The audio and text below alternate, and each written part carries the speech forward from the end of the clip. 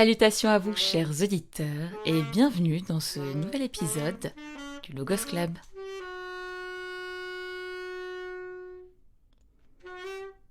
Chapitre 7. Les mystères de la perception. Suite et fin.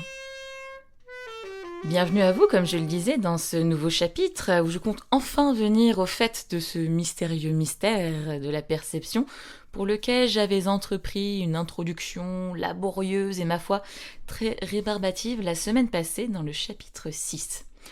Aujourd'hui, trêve de blabla, de prise de tête et d'ambition déplacée. Ce n'est pas faute de m'être reprise lorsque je constatais il y a déjà quelques semaines une tendance au contenu soporifique, docte et impersonnel. Donc, vous avez pu entendre le changement d'introduction musicale. J'ai volontairement substitué à l'entourloupe la panthère rose jouée au saxophone. Et pourquoi donc ? Quel est le rapport avec le sujet ? Eh bien tout. Si j'ai entrepris ce détour la semaine passée par la psychologie cognitive, c'est parce que je pensais que j'allais résoudre toute seule un mystère, une spécificité sensorielle qui toucherait apparemment environ entre 1 et 5 personnes sur 10 000 dans la population globale et entre moins d'1% et jusqu'à presque 10% des personnes parmi les musiciens, notamment ceux qui ont commencé l'étude et la pratique musicale très jeunes, dans leur enfance, avant ou autour de 6 ans.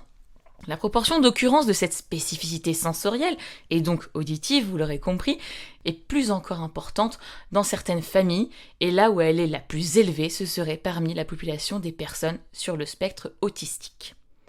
De quoi s'agit-il donc au juste ? Il s'agit de l'oreille absolue. Vous allez très vite comprendre le lien entre ce sujet fascinant, qui continue d'ailleurs de fasciner les chercheurs en psychologie, en linguistique, en neurosciences, et aussi les musiciens, son rapport avec le saxophone et pourquoi il a toute sa place ici dans le Logos Club. Tout d'abord, et je vais m'efforcer de tout simplifier au maximum ici, tout simplement pour que cela reste intelligible, pour ceux qui souhaiteraient approfondir et se perdre, tout comme moi, dans ce chantier perpétuel de l'oreille absolue, vous trouverez en description de cet épisode une liste non exhaustive des articles, textes, études et autres documents que j'ai pu répertorier sur le sujet. À ce propos, je précise que j'ai tenté de prendre de la distance par rapport à la lecture de tous ces textes, non seulement pour ne pas me transformer en perroquet, mais aussi pour garder intacte ma vision du sujet. Parce que le Logos Club, c'est vraiment ma pensée qui s'exprime. Ainsi, je pense pouvoir expliquer là où les raisons pour lesquelles je considère l'épisode de la semaine passée comme raté. 1. Je voulais trouver la réponse à un problème qui apparemment reste encore aujourd'hui insoluble. 2. Je me suis perdue dans des lectures techniques et scientifiques sur tout autre chose que le sujet lui-même, mais plutôt sur son contexte.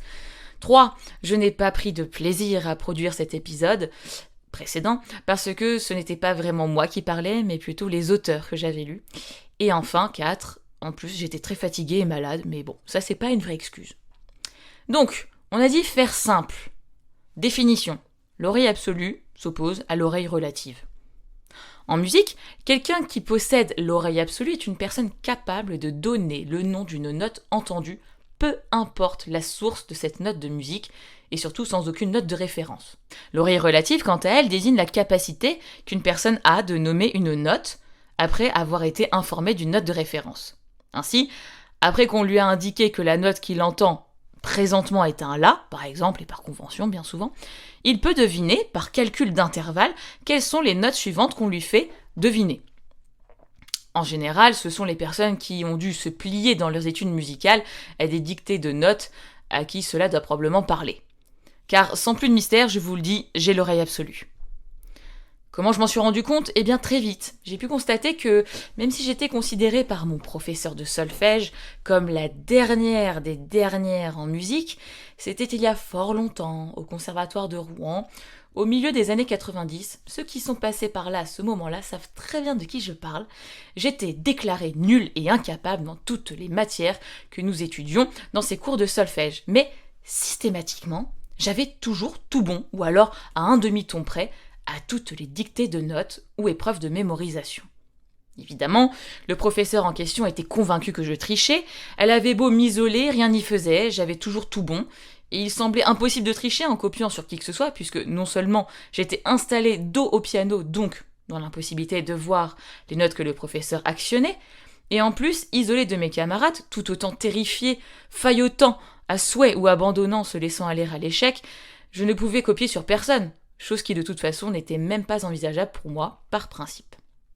Lorsqu'enfin, après avoir redoublé au moins 3 années de suite avec ce professeur de solfège, je changeais d'enseignante. Je découvrais que je n'étais pas si nulle que ça, et mieux encore, on me fit bientôt sauter plusieurs niveaux après que j'ai pu intégrer les classes à horaires aménagés en musique vers mes 10 ans. À cette époque-là, je jouais de la flûte à bec, et ce jusqu'à obtenir mon diplôme du conservatoire l'année de mon baccalauréat, soit en 2007. Bien que j'adore la musique baroque et la flûte à bec dans ce contexte-là essentiellement, ce n'était pour autant pas l'instrument que je voulais faire à la base. Lorsque j'avais environ 4 ans, je rêvais de devenir saxophoniste, ou en tout cas de savoir jouer du saxophone. Je ne sais pas du tout où j'avais pu entendre ou en voir à cet âge-là, mais c'était ce que je voulais. Ma mère me menait donc à la rencontre du professeur de saxophone du centre culturel, non loin de chez nous. Je lui expliquais, déterminée, sûre de moi et débordant de motivation, que je voulais apprendre le saxophone. Très attendri et touché par ma motivation plus grande que moi, il se pencha, se mit à mon niveau et m'expliqua que j'étais bien trop petite pour pouvoir souffler dans un saxophone. Cependant, il était aussi professeur de flûte à bec et me proposait d'intégrer sa classe en flûte à bec pour, une fois que je serais suffisamment grande, je puisse ainsi basculer vers le saxophone, riche d'avoir déjà pratiqué un instrument avant et qui plus est la flûte à bec qui disait être fort utile pour ensuite faire du saxo. Trop heureuse de pouvoir souffler dans quelque chose, je revenais donc quelques jours plus tard avec une superbe flûte Maped dans ce centre où je faisais déjà de la danse classique et où j'allais quasiment chaque semaine à la bibliothèque. Je ne saurais dire combien de temps je pris des cours de flûte à bec avec ce professeur dans ce centre, moins d'1 année il me semble, année au cours de laquelle il y aurait un grand événement. On disait que des gens du conservatoire allaient venir nous écouter jouer. Ce serait ma première audition devant des professionnels. Honnêtement, moi à l'époque, je pense que je ne mesurais rien de tout ça, mais avec le recul, c'était clairement passé un casting pour la Starac ou un truc du genre. Avec mon super prof de l'époque, on avait donc préparé et bien répété le morceau que j'allais jouer devant ces gens super importants. Il s'agissait d'Avoue dirais-je maman. Maman d'ailleurs, je pense qu'elle m'avait dû me confectionner une magnifique tenue, comme elle faisait souvent, lorsqu'il y avait un événement, ou en tout cas, on m'avait bien apprêtée. Je me souviens encore de la salle, j'étais dans le couloir, mon prof me rappelait les dernières recommandations avant d'entrer. Cette salle, on dirait un aquarium avec toutes ces vitres derrière les membres du jury. Je ne sais plus combien ils sont, je dois avoir 5 ans, je me souviens m'être présentée, avoir dit quel morceau j'allais jouer, et ressentir pour la première fois de toute ma vie le trac. Avoir les mains qui glissent, ce qui est très gênant d'ailleurs pour tenir sa flûte, avoir le cœur qui bat fort, bref. J'y allais et je jouais. À la fin du morceau, pas d'applaudissements. Des sourires, des prises de notes. On me regarde, on m'observe, je ne comprends pas trop. Une dame très gentille, je me demande aujourd'hui si ce n'est pas elle qui est devenue mon professeur de flûte à bec par la suite, me demande de recommencer. Mais d'imaginer que pendant que je joue, je tiens une orange dans les mains, et de mettre moins mes doigts à plat sur l'instrument. Moi, convaincu qu'il voulait réentendre mon interprétation de cette comptine parce qu'elle leur a vachement plu, je suis plus confiante et je pense à mes oranges sous chacune de mes mains pendant que je joue. À la fin, toujours pas d'applaudissements, des sourires, encore des prises de notes, on me remercie, je sors et je ne me souviens plus du tout de la suite. La seule chose dont je me souviens, c'est que je poursuivrai la flûte à bec. J'avais quitté ce centre culturel, j'étais désormais l'élève de Madame Duval au conservatoire de Rouen. Sa salle était au rez-de-chaussée, juste à côté des machines à bonbons, nichée entre les vestiaires des danseuses, leur salle de répétition et face à la cafétéria et à cette fameuse cour intérieure. À partir de là, je n'ai plus jamais joué de comptine à la flûte. Je découvrais la musique ancienne, très ancienne même, encore plus ancienne que Madame Duval, qui ne m'appelait d'ailleurs pas Abiba comme tout le monde, mais prononçait le H. J'aimais bien, mais elle ne le prononçait pas comme mes parents. Je ne sais pas vraiment dans quelle langue elle prononçait mon nom, mais je l'aimais beaucoup, cette dame. Avec elle, je découvrais la musique baroque, certes, mais surtout la musique Renaissance. Elle avait plein de flûtes de toutes les tailles, elles étaient en bois. J'étais un peu jalouse d'avoir des flûtes en plastique alors que les grands avaient des flûtes en bois. Le son n'était pas vraiment le même.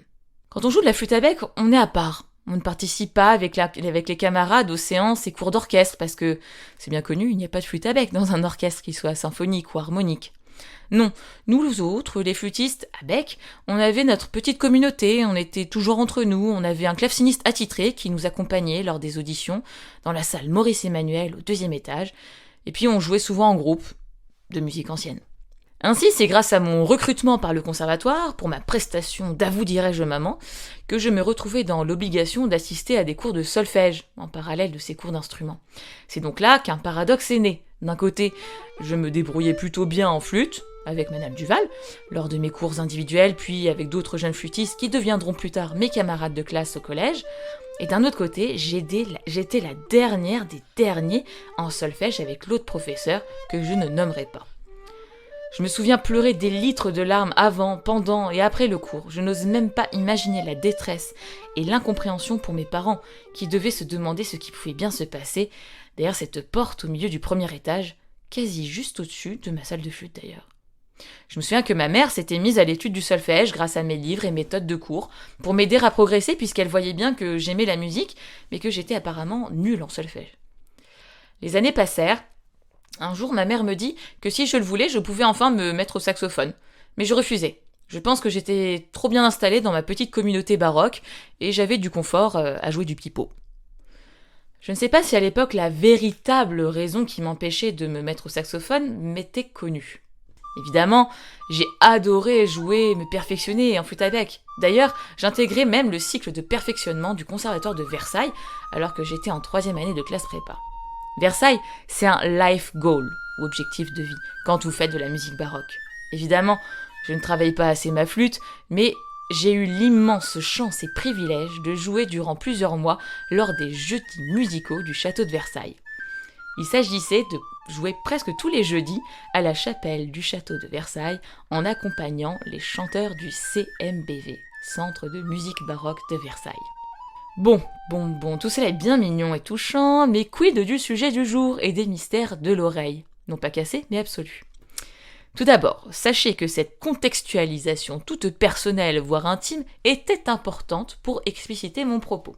À ce titre, j'ajouterai que ma sœur, diplômée de la Sorbonne en musicologie, enseignant la musique, musicienne elle-même et chef de chœur professionnelle, a elle aussi cette oreille absolue. Enfin, elle préfère dire que nous avons une excellente oreille relative et considère que nous l'avons acquise parce qu'on l'a énormément travaillée. Elle ajoute, je cite, « C'est notre mémoire en fait, notre oreille. C'est une question d'habitude. » Lorsque je lui demande si selon elle il s'agit d'inné ou d'acquis, elle est catégorique. C'est totalement de l'acquis. Si je mentionne ici la pensée de ma sœur sur le sujet, c'est pour explorer la voie et l'explication innée, héréditaire et génétique de ce phénomène. Je ne peux faire cette vérification qu'avec ma sœur qui a suivi un enseignement similaire au mien de la musique. Nous parlions la même langue, celle de la musique occidentale. Même langue? Vraiment? Non, pas vraiment en fait. De par l'existence de notre communauté de flûtistes à bec, baroque, renaissance, voire médiévale, j'avais d'ailleurs, en parlant de médiéval, pu jouer pour l'ouverture des fêtes Jeanne d'Arc dans l'abbatiale Saint-Ouen à Rouen, l'année de leur reprise, probablement en 2006, je ne suis pas sûre. Quel honneur. Bon, donc nous autres instrumentistes, chanteurs et mélomanes de musique ancienne avons un tempérament différent de celui des autres. Tempérament au sens non pas d'humeur, encore que, mais cela n'est pas le sujet. Le tempérament au sens d'écart, d'intervalle entre les notes. Je fais ici référence notamment au clavier bien tempéré de Johann Sebastian Bach, mais surtout, nous n'entendons pas, ne jouons pas et n'écoutons pas la musique de la même oreille. En effet, je ne vais pas rentrer dans les détails ici au risque d'atteindre le fameux point Godwin. Oui, je vous assure, ce point est très facilement atteignable en ce qui concerne la fréquence de création et d'écoute musicale. Donc, aujourd'hui, une norme quasi universelle veut qu'on accorde les instruments selon le diapason en La 440 Hz.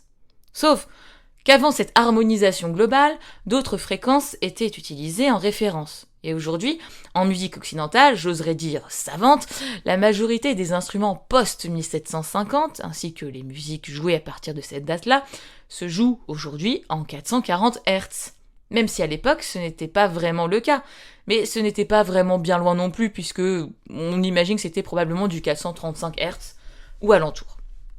Nous autres, pendant ce temps-là, et durant des centaines d'années avant 1750, nous jouions en 415 Hz, voire en 392 Hz. Le La de notre diapason n'était pas le même.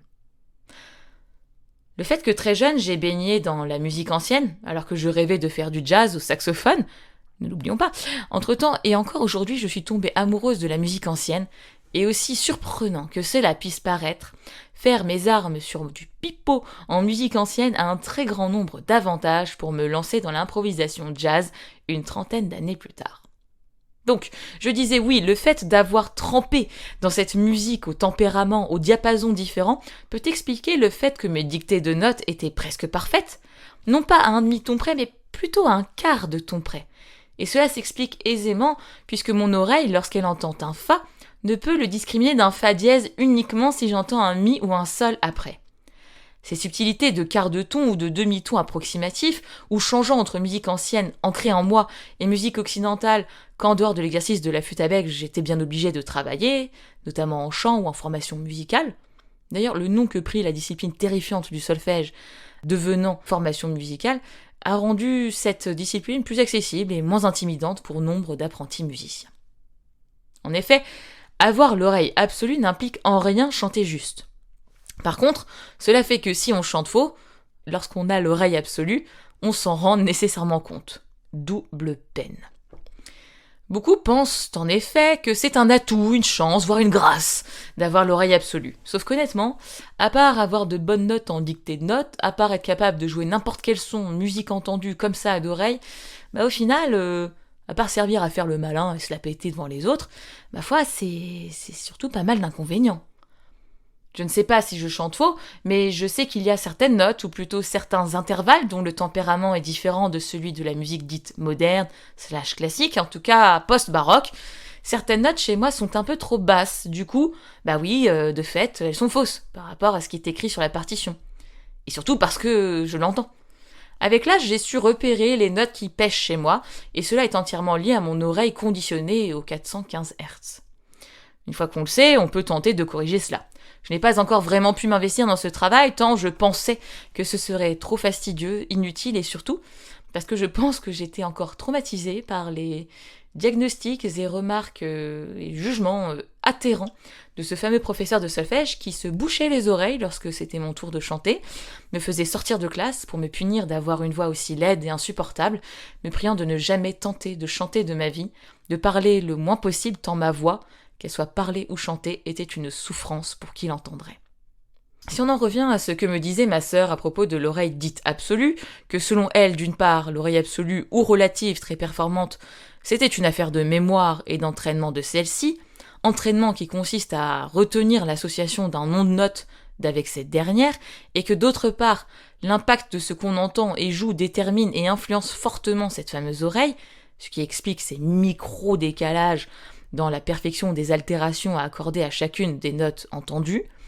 Au final, tout cela va dans le sens d'une acquisition de cette oreille et non de son caractère inné, héréditaire ou génétique. Pour ceux qui ne comprendraient pas vraiment tout ce que je viens de raconter, puisque seuls ceux qui ont étudié la musique académique peuvent concevoir la notion de nom de notes et de sons associés, voici un parallèle pictural ou non, plutôt visuel. Avoir l'oreille absolue en musique, c'est comme avoir la vision parfaite ou absolue en matière de couleurs. Admettons, quelqu'un avec une vision absolue des couleurs, c'est quelqu'un qui est capable de regarder la couleur d'un mur, puis d'aller dans un magasin de peinture et de trouver immédiatement, sans comparatif, sans nuancier, la couleur exacte dans laquelle était peinte ce mur. Ensuite, toujours à des fins d'illustration, cette fois sonore, je vais vous faire entendre ce que c'est qu'avoir l'oreille absolue et surtout à quel point cela est un handicap. Un véritable et très lourd handicap musical, je vous rassure, pour qui veut jouer d'un instrument transpositeur. Mais pas seulement, puisque avoir l'oreille absolue, je ne sais pas si c'est le cas pour d'autres, mais personnellement, c'est un handicap puisque lorsque j'entends de la musique, j'entends le nom des notes. Je n'arrive pas à entendre la globalité de la mélodie. Donc, pour en revenir aux instruments transpositeurs, il existe différents types d'instruments au niveau de leur restitution sonore. D'un côté, il y a les instruments non transpositeurs, que j'aime appeler instruments qui ne mentent pas.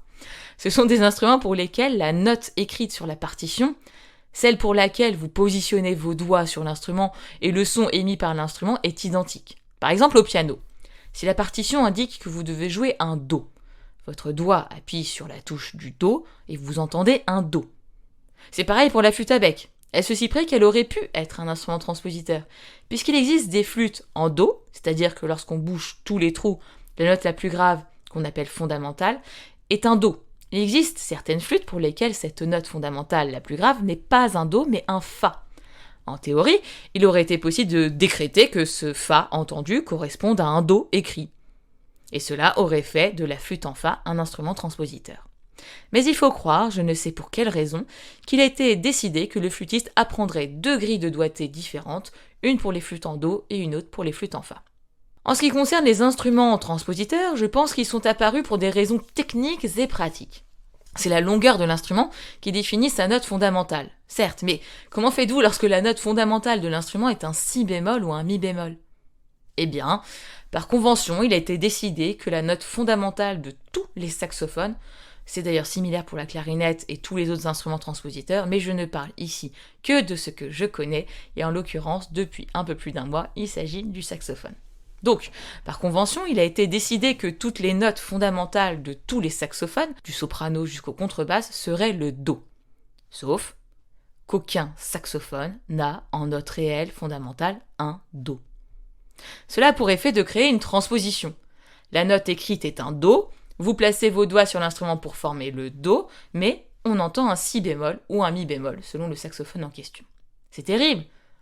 Enfin, c'est terrible surtout pour les personnes qui ont l'oreille absolue, puisque avoir cette fameuse oreille consiste à entendre dans sa tête le son de la note écrite. Or, lorsque on joue cette note écrite et qu'on en entend une autre, eh bien c'est très fâcheux, et on a l'impression d'avoir fait une fausse note.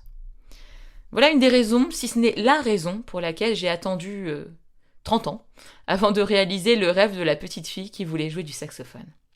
Une fois que j'avais constaté, adolescente, que j'entendais non pas le son de la note avec perfection, mais je disais plutôt que les sons et les notes me donnaient leur nom, je savais qu'il serait impossible pour moi de jouer d'un instrument menteur, d'un instrument tricheur, d'un instrument qui ne produit pas le son qui est écrit sur la partition. Sauf que bon, le temps passe, je le passe à vivre la vie de mes rêves, évidemment, lorsqu'il y a des rêves que je n'ai pas accomplis, je cherche à le faire, et là il était temps d'enfin se mettre au saxophone. Je décidai donc d'en louer un alto, pour ne pas prendre le risque d'acheter un instrument pour lequel je n'arrivais pas à jouer. Après avoir compris comment souffler dans la bête, rien à voir avec le fait de souffler dans une flûte à bec d'ailleurs, je m'attaquais à apprendre les grilles de doigté. Coup de chance, les doigtés sont à quelques mini-exceptions, exactement les mêmes que pour ceux de la flûte à bec. En do, en l'occurrence. Du coup, assez vite, je pouvais jouer n'importe quelle partition. Sauf qu'il a fallu trouver une solution pour empêcher mon cerveau de m'alerter sur la fausseté des notes jouées par rapport à celles écrites. J'ai trouvé une solution, c'est que je ne m'écoute plus, je joue simplement en me concentrant sur les notes jouées et non plus sur les notes écrites. Puisque mon objectif au saxophone est de jouer du jazz, donc essentiellement sans partition, mais avec une banque de partitions en tête, et notamment de tous les standards de jazz sur lesquels je commence à exercer mon improvisation. Cependant, y a-t-il du plaisir à ne pas s'écouter jouer et à tout intellectualiser ? Je ne pense pas, mais je pense surtout qu'en efforçant de cette manière mon cerveau et mes doigts, je génère une nouvelle relation entre les notes et les sons, et avec les années à venir, probablement, et où je m'entraînerai et je jouerai de plus en plus, je pourrais peut-être estimer si ma méthode est bonne, mais je ne voulais pas m'interdire de réaliser un rêve à cause d'une oreille pseudo-absolue, finalement résultat d'un conditionnement. On peut en créer un autre de conditionnement, et je serai la Pavlov de la musique. Rendez-vous donc dans quelques années pour voir si l'oreille absolue est toujours un problème pour jouer d'un instrument transpositeur. En attendant, j'envisage de me mettre prochainement à la clarinette, jazz également, maintenant que j'ai déverrouillé l'accès aux instruments transpositeurs. En espérant que ce chapitre musical vous aura plu, il s'inscrit avec perfection dans mon Logos Club, juste après avoir parlé de lecture littéraire. On constate qu'il y a une interprétation multiple de ce qui est écrit jusqu'à ce qui est perçu. Enfin, pendant que beaucoup se masturbent sur les origines, l'hérédité et le rapport avec l'oreille absolue, la synesthésie, les troubles neurologiques et l'autisme, je constate au bilan de cette étude toute artisanale que l'oreille absolue est une affaire d'empirisme, mais que certains types de personnes ont des capacités de mémoire supérieures à d'autres, et ce sont ces personnes-là, avec une mémoire sensorielle, non seulement plus développée en soi, mais surtout plus déclenchée et sollicitée, qui peuvent obtenir l'oreille absolue, la vision des couleurs absolues ou encore être synesthètes. Et en parlant de synesthésie, je gardais cela pour moi étant adolescente, mais non seulement j'expliquais le fait que je devinais le nom de n'importe quelle note parce que le son que j'entendais se présentait à moi en me donnant son nom, mais cela allait bien plus loin encore puisque chaque note avait non seulement un nom, mais elle avait une couleur, une saveur ou une odeur et un genre associé. Ouais, ouais. Il y avait des notes qui étaient des filles, d'autres qui étaient des garçons, et chacune avait une couleur associée. Mais ce n'est pas le cas pour moi uniquement en matière de notes de musique, c'est aussi le cas pour d'autres choses, notamment le nom des mois, les chiffres, etc. Mais tout ça, c'est une autre histoire. Je conclurai simplement sur le fait qu'il y a probablement des mystères liés à la perception, mais qui ne sont pas si mystiques que ça, qui sont bien souvent liés à un conditionnement, celui d'une association mise en mémoire entre langage et sensation. En vous souhaitant à tous un merveilleux chemin, je vous donne rendez-vous lundi prochain pour un nouveau chapitre du Logos Club.